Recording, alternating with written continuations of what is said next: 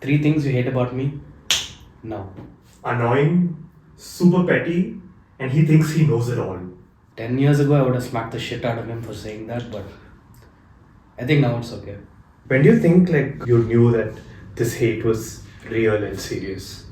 At first, the idea of having a brother, I honestly was enjoying it. Like, your parents told me that I'm going to have this new brother that's going to be the best company that I'm ever going to have with everything. In my mind, I'm like, okay, he can play with me, he can ride the bike with me, dance with me, something like that. We were never dancers. He was never a dancer. You know, when you're a kid, the only thing that gives you the highest rush is when you do something and your parents are like super proud of you, right? Like when you're a toddler, your parents are validating you, your parents are happy with you, they're laughing with you. When you came in, I felt like the spotlight shifted like that. It felt like something was snatched from me, something that I valued dearly, and I had no idea how to get it back or how to fight for it. So I think that's where it started for me. But I don't know when you gained conscious. I probably gained consciousness 5 minutes after he punched me like a punching bag back in the. Every time I wanted something new, every time like I wanted a sketch pen or like even a shirt, there's always something in the cupboard that my brother had left behind that he didn't want, right? There's always this thing that you didn't like that was now supposed to be something that I'm supposed to magically like. And like there's no originality to what I was doing. Hand-me-downs, basically. Pretty immature now that I think about it, but like as a kid, I'm pretty sure there's not much I could have. And that probably started getting annoying. At some point, I also think every time you were frustrated because you were the bigger one, you could just like beat I me had up. a two-year head start. Yes, exactly. You could just like what? You could just hold me to a corner and beat me up. Jokes aside, that's how I felt, right? Like my opinion didn't matter, and every time I had an adverse opinion, I would just get beaten up or used as a punching bag. And that this naturally started getting Depression. oppression. Yeah, sorry, oppression. Yeah, so it was a little annoying, and that was probably when I consciously started feeling that it was difficult to put up with you or like difficult to get along with you or be on the same page with you because you never got me and I never got you. We obviously were not mature enough to get each other. Yeah. Every family that has more than one kid probably goes through the whole I hate my sibling phase in their life, right? It's something cool to do. It's something cool to do, and what worries me is that some of them don't even get out of that phase. We somehow managed to get out of the phase at like I think around 18, 19, oh, I'm 20 right now. But we got out of the phase and Maybe 3-4 years back. 3-4 years back, yeah. And most people don't get out of that phase. That's what's sad. But like, where do you think, from the point of us realizing that we kind of consciously hate each other to the point of I cannot deal with him anymore, like Peak of hate. yeah, the peak of hate, the height of hate. I had my fair share of stuff to deal with. So the only thing that I wanted from my brother was to be respected. Like that validation. When you're insecure, you're looking for validation. And then you can't you can't force others to validate you. So I kind of expected you to look up to me and kind of validate me. And you were everything that I was not. Like my biggest insecurities, you were opposite. You were the opposite of that. Let's say I was super introverted. You are an excellent people person. You naturally fit in everywhere. When we are within a large group of people, Like in a family gathering. yeah, exactly. Like when Mama used to come from the States, and then like all of the cousins were having fun, and I never fit in naturally. And I expected you to, like hang out with me or like Or have your back. yeah, kind of basically have my back, but then you would join the other bandwagon and make fun of me, and then so that was extremely frustrating. And on being the bigger kid, it was easier for me to beat you up rather than Explain to me logically. explain to you or to talk to you or anything like that. And then, bro, like having to share everything with you, that was frustrating. Yeah, food. I loved food and I had to give it to this guy. And it's on the table, it's a fight to get it into your mouth. If you don't get it into your mouth, it's gone into his. Yeah. If we were grilling a chicken and I ate the entire chicken, I would not get into any trouble and he would just have to deal with it. Those are my peak of hate. Like it just immediately pops into my mind. Right off the bat, I would say, because you were the elder sibling, people valued your opinion more. Yeah, I think you were right when you said a lot of.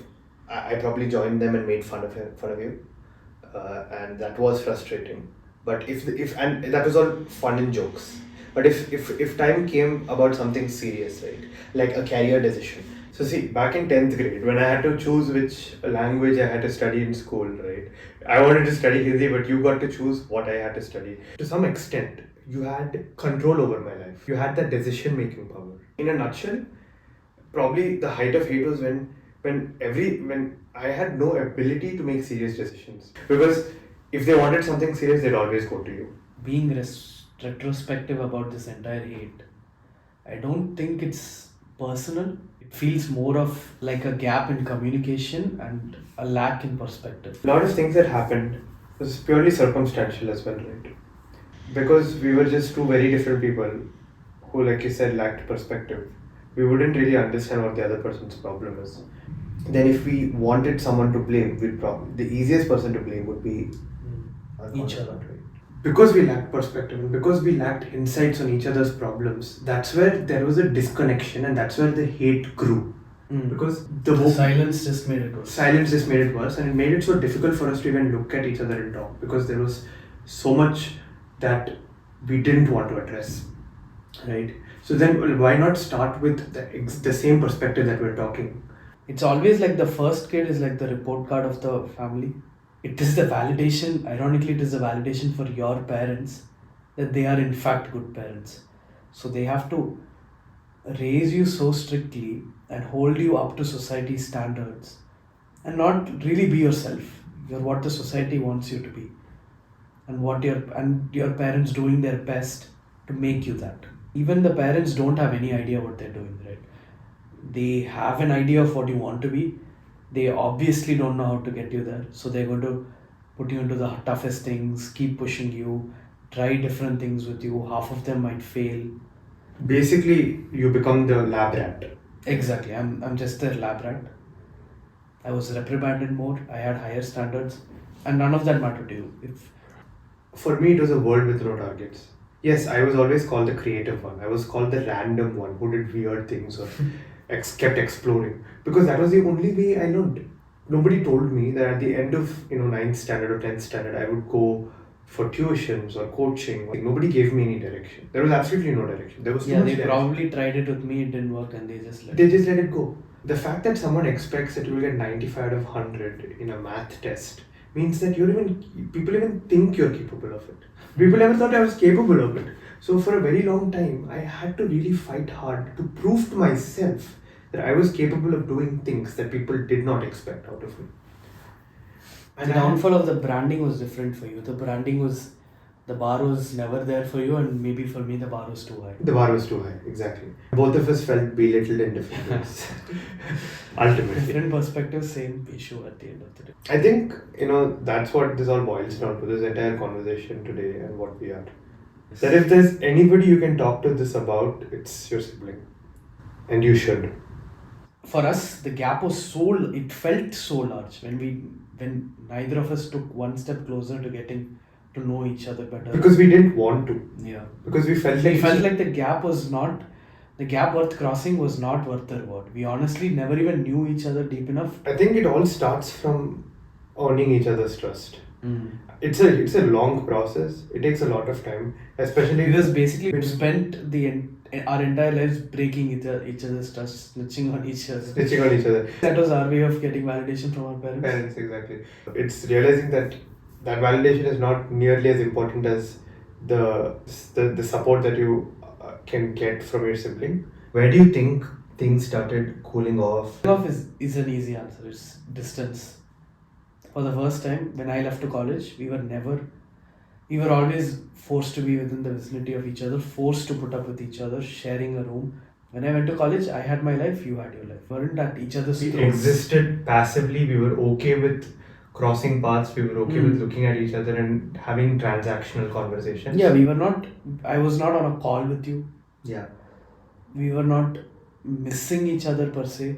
But we were okay with putting up with each other.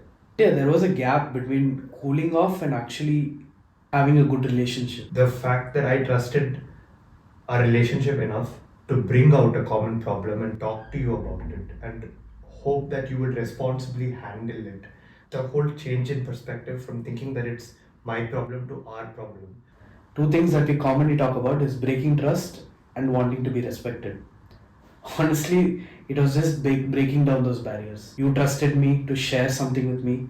When we were kids, I think it's going from realizing that it's something that you can demand, like trust and respect, to something to letting it organically grow. you just have to take the leap of faith, trust the other person with the smallest of things, and then you just have to build it up from there. Honestly, if there's someone who cares about you enough and has vested interest in your growth, it's your sibling. True.